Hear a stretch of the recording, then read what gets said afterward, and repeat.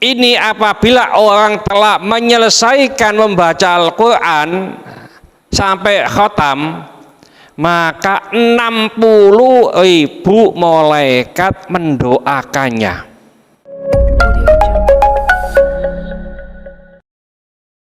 Assalamualaikum warahmatullahi wabarakatuh. Bismillahirrahmanirrahim. Idza khatamal abdul qur'ana, apabila seorang hamba telah menyelesaikan membaca Al-Quran, shalla alaihi inda khatmihi, maka didoakan ya di sisi ketika ia selesai menghatamkan Al-Quran, situna alfa malakin, 60.000 malaikat. Wahud Dailami an Amr bin Syuaib. Jadi kalau ada orang baca Al-Quran lalu sampai khotam tak khatam itu Pak ya, khatam ya, itu bahasa Indonesia, bahasa Arabnya itu khotam.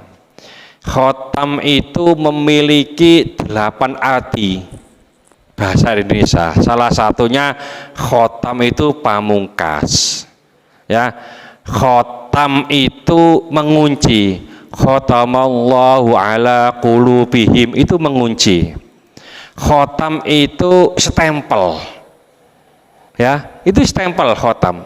Khotam itu cincin, jadi cincin itu juga khotam ya. Ada 8 arti daripada khotam. Nah, ini apabila orang telah menyelesaikan membaca Al-Quran sampai khatam, maka 60.000 malaikat mendoakannya ya. Ini Pak Gale sebulan khatam enggak ini ya? Nah, ini enggak khatam ya enggak apa-apa, yang penting tiap hari baca ya, tiap hari baca. Yo, jangan sampai seperti yang saya sampaikan, Ustadz, wong mau Quran saya itu ngapun jelek-jeleknya ini sehari 2 kali khatam. Ngono sih ngomong ngono Pak. Kenapa? Mau kulhu ping 6. Karena baca kulhu 1 kali itu sama dengan sepertiga baca Al-Quran. Ini baca 3 kali, khatam sekali Pak. Mau ping 6 khatam 2 kali ya, ya bukan semacam itu ya. Sama saja dengan begini, sampean kok gak tahu sholat malam, oh sampean kok gak ngerti aku sholat malam semalam suntuk.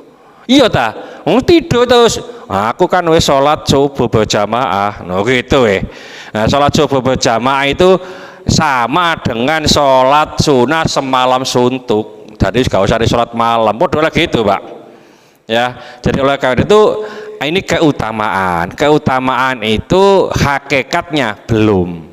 Sekali lagi, keutamaan itu hakikatnya belum. Contoh kalau bapak-bapak di Madinah, duwe omah nduk Madinah atau nduk gone hotel Madinah, wudu, setelah wudu ke masjid Kuba tak Guba Pak, nek Guba nduk kono ya. Nah, masjid Kuba sholat 2 rakaat itu sama saja pahalanya dengan umroh, tapi apa hakikatnya dia belum umroh tapi sudah mendapatkan ya. Wong di sini aja tiap pagi itu mendapatkan pahala umroh, pahala haji, taman, sempurna,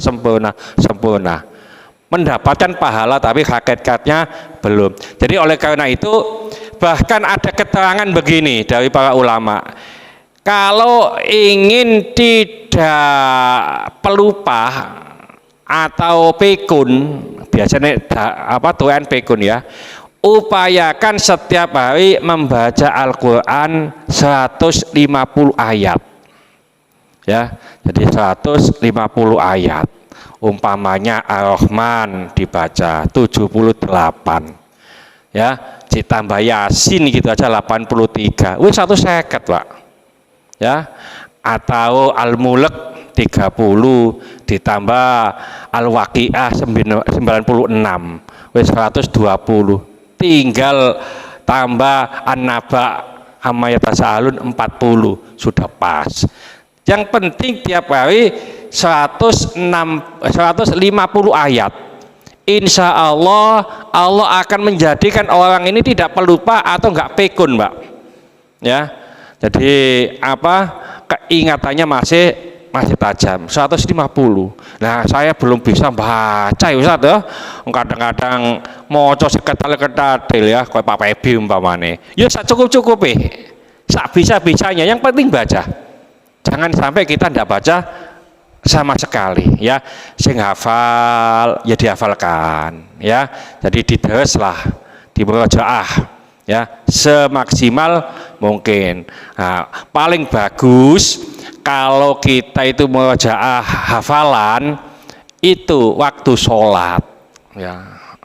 Nah, sholat ngimami ndak, pas sholat sendirian Mbak di murojaah. Karena apa?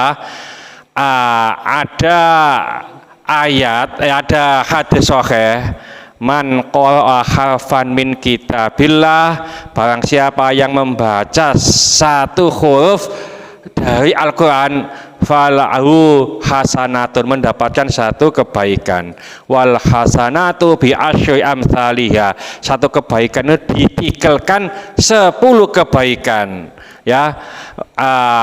La aqul alif lam mim harfun, kata Rasulullah, saya tidak mengatakan alif lam ini satu huruf ya, walakin alif harfun, walam harfun, wa mim harfun, akan tetapi alif satu huruf, lam satu huruf, mim satu huruf, itu dapat 10 Pak, satu huruf ya. Beda yang disampaikan oleh, nah ini disampaikan oleh Rasulullah.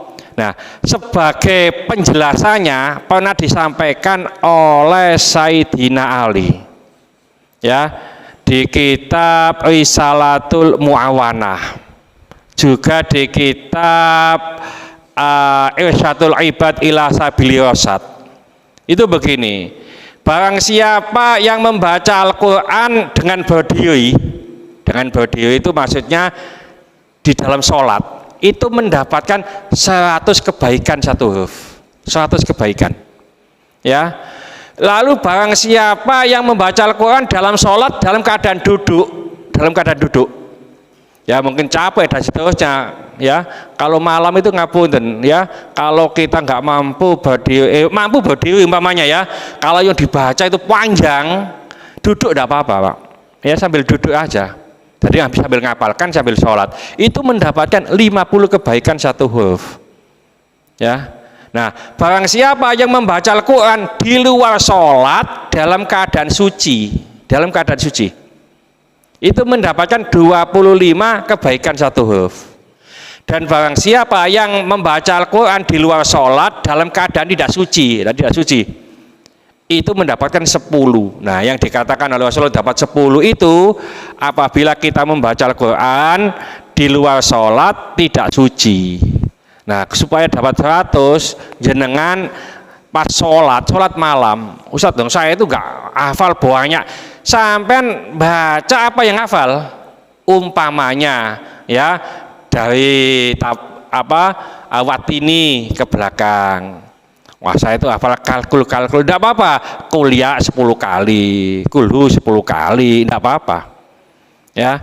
Nah, umpamanya ada orang sholat rakaat pertama kuliah, rakaat kedua kuliah, apakah boleh? Nah, kadang-kadang begitu Pak ya. Ini kalau disengaja itu hukumnya makruh. Wis kulhu pertama, kedua kulhu tak sengaja makruh. Kalau nggak disengaja tidak masalah. Kadang-kadang lupa ya. Kita sudah baca kuliah lagi ya. Jadi upayakan kita baca Al-Quran semaksimal mungkin ya. Nah, setelah itu didoai ya doa umpamanya yang paling pendek, Allahumma hamni bil Quran, umpamanya itu yang paling pendek ya. Ana al-laili wa ana an-nahar, sing betul gitu, atau ana al-laili fa atrafan nahar. Sing betul sing ndi? Dua-duanya pernah kita dengar Pak ya. Kalau anak-anak yang di sana itu ana al-laili wa atrafan nahar gitu. Dua-duanya betul. Ana al-laili itu sepanjang malam, ana an-nahari sepanjang siang. Wa atrafan nahar itu di tepi-tepi siang sama. Ya, jadi dua-duanya bisa dipakai. Yang penting kita upayakan ya, belajar. Kalau sudah belajar nanti jangan lupa sering membaca.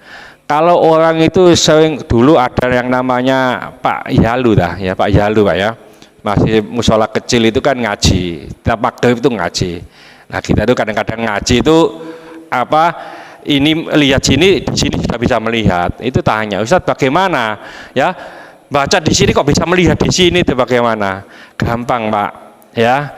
Sampean khatam ping selawe dhisik. Nah, nek khatam ping selawe, insya Allah kalau nggak percaya, ya, saya itu kalau dari rumah bawa sepeda ke sini, paham Pak, ini ada gundukan, ini ada, karena bolak-balik.